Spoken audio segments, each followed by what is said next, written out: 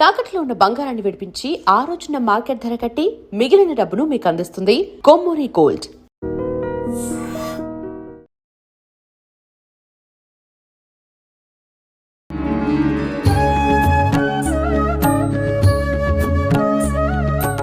నమస్కారం గురుగారు.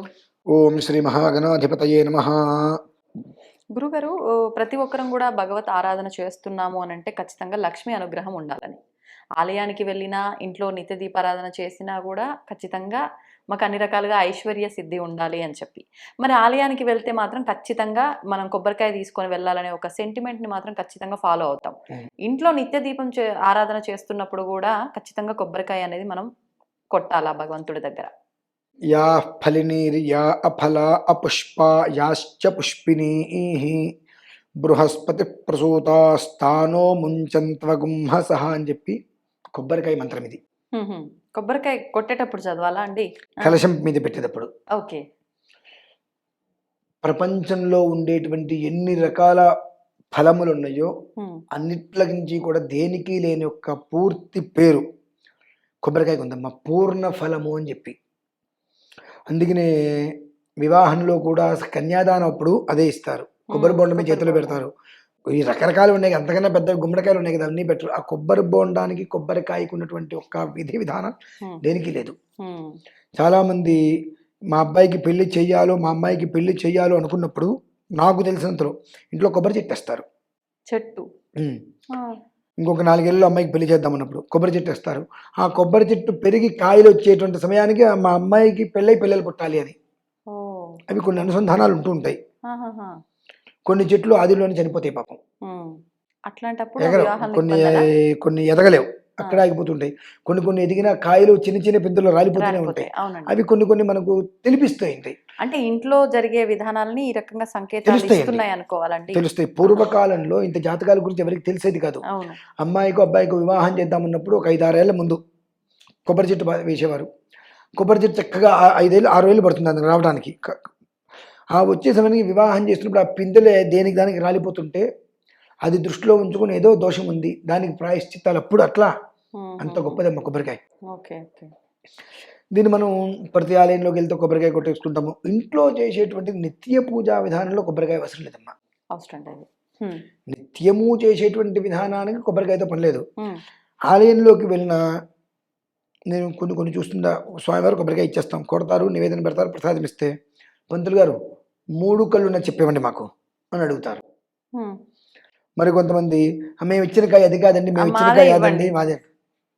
భగవంతుడికి నువ్వు ఇచ్చేసావు, ఆయన దగ్గర నుంచి నీకు వచ్చేది ప్రసాదం. నీకు ఆయనకి ఏది అందుతే నువ్వు ఏది ఇచ్చావు నీ మొహం గుర్తుపెట్టుకొని చేయట్లేదు. ఆయన నైవేదన పెట్టేశారు, ఆయనకి నీకు ఇచ్చేటువంటి సమయానికి ఏదైతే అక్కడ కొబ్బరి చెప్పే ప్రసాదం అందిందో అది ఇస్తున్నారు. పంతులు గారు ఈ చెప్ప నేను ఇవ్వలేదండి, ఈ కాయ అది కాదు, నా కాయ అదండి అంటే నువ్వు అక్కడికి వచ్చినప్పుడు భక్తి భగవంతుడి మీద పెట్టావా, కొబ్బరికాయ మీద పెట్టావా? ఇలా పెట్టి నాకు ఫలితం రాలేదనుకుంటే అది కరెక్ట్ కాదు కదమ్మా. అంటే మనం ఏదైతే అనుకుంటున్నామో, ఏదైతే అనుసరిస్తున్నామో దాని యొక్క ఫలితమే మనకు వస్తుంది. అది మంచైనా చెడైనా. కొబ్బరికాయకు ఉన్నంత యొక్క యోగము ప్రపంచంలోకి దేనికి లేదు. ఇప్పుడు మీరు అన్నట్టు ఆ 3 కన్నులు ఉన్నదే ఇస్తే యోగం అట్లాంటిది కూడా ఏమీ లేదమ్మా. త్రినేత్ర హరిసంహిత అంతే. అది దాంట్లో ఎవరు ఏది వేయలేదు, ఏది పోయలేదు, వ్యవహారం లేదు. ప్రకృతి మనిషి మనుగడ ఎలా ఉంటుందనేటువంటిది కొబ్బరికాయ ద్వారా తెలియజేస్తుంది. కనుక నువ్వు ఏ విధానాన్ని అనుసరిస్తున్నావు అదొక్కటే నువ్వు పెట్టుకో. ఇంతెందుకు గర్భవతిగా వెళ్ళి బాబుని తీసుకుని ఇంటికి వచ్చినప్పుడు కొబ్బరికాయతో దిష్టి తీస్తారు. అంటే ఒక మనిషి జీవితానికి, ఒక మనిషి కుటుంబానికి, మనిషి యొక్క మనుగడకి కొబ్బరికాయ ఎంత ఫలితము, ఎంత యోగం ఉంది, కొబ్బరికాయ ఎలా మనిషి యొక్క మనుగడని గుర్తిస్తుంది అనేటువంటి విషయం తెలిసిపోతుంది అందులోనే. ప్రతిరోజు చేసేదానికి అవసరం లేదమ్మా. కాకపోతే ప్రతి వారం ఒకరోజు మాత్రం ఇంట్లో కొబ్బరికాయ మనం కొట్టాలి. ప్రతి వారం ఖచ్చితంగా ఇంట్లో మనం కొబ్బరికాయ కొట్టవలసిందే. ఎందుకండి? ఎందుకు కొట్టాలి అంటే కొట్టకపోయినా పర్లేదు, నిత్య దీపారాధనలో మనం ఇంట్లో అన్నారు కదా. మరి కొట్టకపోయినా పర్లేదు, రోజు ఒకే రకంగా నువ్వు తిను. సండే వస్తే స్పెషల్ దేనికి నీకు ఉండకూడదు కదండి. కానీ రోజు అదే భగవంతుడు ఆ రోజు అదే భగవంతుడు. మన పూజా విధానంలో మార్పు ఉండొచ్చు రోజు కానీ మరి మీరు రోజు అదే తింటున్నప్పుడు ఆ రోజు అది ఎందుకు తినట్లేదు అంటున్నా. సండే వస్తే స్పెషల్స్ అని మారుస్తున్నారు కదండి. భగవంతుడికి కూడా మనం విశేషమైన రోజు. కొబ్బరికాయ ఎందుకు కొట్టాలి వారానికి ఒకసారి అంటే, మంచు వచ్చేది మనం బయటికి వెళ్ళి ఇంటికి వస్తుంటాం, రకరకాల దాడుతూ ఉంటాం అన్ని నిమ్మకాయలు తొక్కితే ఏదో ఏ దరిద్రమైన వస్తుందేమో ఇంట్లోకి. ఉమ్, అందుకనే పూర్వీకులు చూడండి, ఇంటి ముందు బకెట్ ఉండేది, ఎప్పుడు ఇంట్లోకి వచ్చే ముందు కాలు కడుక్కొని, కడుక్కో. ఇంట్లోంచి వెళ్ళే ముందు కాలు కడుక్కొని వెళ్తారు, మంచిలు తాగేసి ఉమ్, కాలు కడుక్కొని మంచిలు తాగి బయలుదేరుతారు. ఉహు, ఇంటికి వచ్చే ముందు వాకిట్లో కాళ్ళు కడుక్కొని లోపలికి వస్తారు. అంటే ఏదైనా రకరకాల తొక్కొస్తారు కాబట్టి ఆ దరిద్రం రోడ్డు మీద పోతుంది. ఇప్పుడు అవేం లేవు, ఉమ్, ఇప్పుడు అవేమీ లేవు. వారానికి ఒకసారి కొబ్బరికాయ కొట్టడం వల్ల ఇంట్లో ఏదైనా నెగిటివ్ అనేటువంటిది ఉంటే కొబ్బరికాయ కొట్టి దాన్ని బట్టి నెగిటివ్ ఉందో లేదో మనకు తెలిసిపోతుంది. ఉహుహు, తద్వారా మన వృద్ధి మనకుందా, ఏదైనా అనర్థం కలుగుతుందా అన్న విషయం సుస్పష్టంగా తెలిసిపోతుంది. కనిపిస్తుంది. చిన్న విషయం చెప్తా. నిన్న శివరాత్రి రోజు నాడు తిరుమల కొండ మీద అభిషేకం చేశాం. ఉహు, కొబ్బరికాయ అభిషేకం అయిపోయింది, నివేదన కొబ్బరికాయ. ఉమ్, చూడటానికి మంచిగా దిట్టంగా బ్రహ్మాండంగా ఉంది. కొబ్బరికాయ కొట్టాం నివేదనకి. ఒక చోట ఇంత ఉమ్, ఒక్క అంగుళం మేర ఒక చోట కాయ దెబ్బతింది, ఆ, పక్కన పడేసాం. ఉమ్, ఒకటే మాట అన్నా, ఇంతే మనం అనుకుని ఇంతే కదండి ఇంత కూడా కాదు, ఇంత ముక్క ఇంతే కదండి పోయిందని మనం అనుకుంటాము. ఆ ఇంతలో మనకు ఉన్న ఎన్ని దరిద్రాలు పోయినాయో, ఎన్ని ఆటంకాలు పోయినాయో ఉహు, అది మనం అనుభవిస్తేనే తెలుస్తుందంటే తెలియదనన్న. 24 గంటల వ్యవధిలో అక్కడికి వచ్చిన వాళ్ళు తిరిగి వాళ్ళ ఇంటికి వెళ్ళారు. వెళ్ళే లోపే కుక్కర్ మీద అన్నం పెట్టారు, ఉమ్, ఆయన అవతల గదిలో ఉన్నారు, కుక్కర్ పేలిపోయింది. ఉమ్. కుక్కర్ పేలిపోయింది, ఇల్లంతా పడింది, అదంతా ఓకే బాగా మనిషికి ఏం వీళ్ళు కాలేదు. సేఫ్. ఆ, ఆయన వేరే గదిలో ఉన్నారు.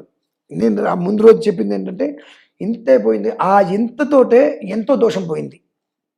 మనకి ఎన్ని రకాల ఇబ్బందులను భగవంతుడు లింగోద్భవ కాలంలో మనం ఇక్కడ చేసి విధానంగా చేశాము. ఆ కొబ్బరికాయ చూడటానికి అద్భుతంగా ఉంది, కొట్టాం, చిన్న ముక్క పోయింది.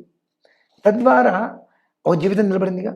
ప్రమాదం నుంచి ఎంత బయటపడ్డారు అంత తెలియజేస్తుంది కొబ్బరికాయ, ఉహుహు. అంత గొప్పది అది. Okay, okay.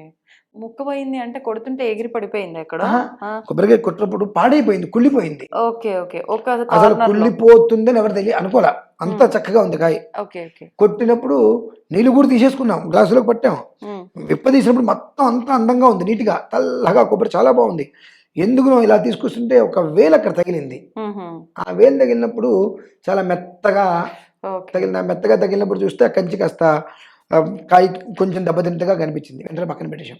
ఆ వేలు అలా పట్టుకోకపోతే తెలిసేది కదేమో, అవును, అవును. తెలిసింది. ఉమ్. వెంటనే ఆ మాట చెప్పా. రెండో రోజే అంత పెద్ద కష్టం నుంచి బయటపడ్డారు. కానీ ప్రతి ఒక్కరు అట్లా అయింది అని అంటే ఏదో అనార్థం జరగబోతుంది, కొబ్బరికాయ కుళ్ళిపోయింది, దానికి పండిపోయింది, ఇలానే మాట్లాడతారండి. ఇది వాళ్ళ కర్మ. ఉమ్, దీని మీద మనం ఏం చేద్దామంటే పరిపూర్ణంగా ఇంకొక వీడియో కూడా అలాగే గురువు. ఖచ్చితంగా మనం చేద్దాం. అసలు దానివల్ల ఏంటి ఉపయోగం, నిరుపయోగం అనేటువంటి కూడా ఖచ్చితంగా చేద్దాం. మీరు అన్నదానికి ధన్యవాదాలు గురుగారు. పరమేశ్వర. And for more videos, Please subscribe to iDream. Please subscribe to iDream. Please subscribe iDream. And please subscribe to iDream. For more videos, subscribe to iDream. please like, share, and subscribe to the channel. Congratulations, iDream. subscribe to iDream. Subscribe to iDream. So subscribe to iDream Media. iDream ki iDream team అందరికి huge congratulations. Please subscribe iDream Media. Please subscribe to iDream. Subscribe iDream. Please subscribe to iDream. iDream అంటే నా కళల ఛానల్ను subscribe చేసుకున్న నోరు తిరుగుతలేదు, మీరైతే గంట గుర్తు కొట్టండి. For more such videos, please subscribe to iDream. Subscribe to iDream. Please subscribe to iDream. Please subscribe iDream Media. Please do subscribe to iDream. Please subscribe to iDream Media. For best entertainment and information, please subscribe iDream. And don't forget to subscribe to iDream.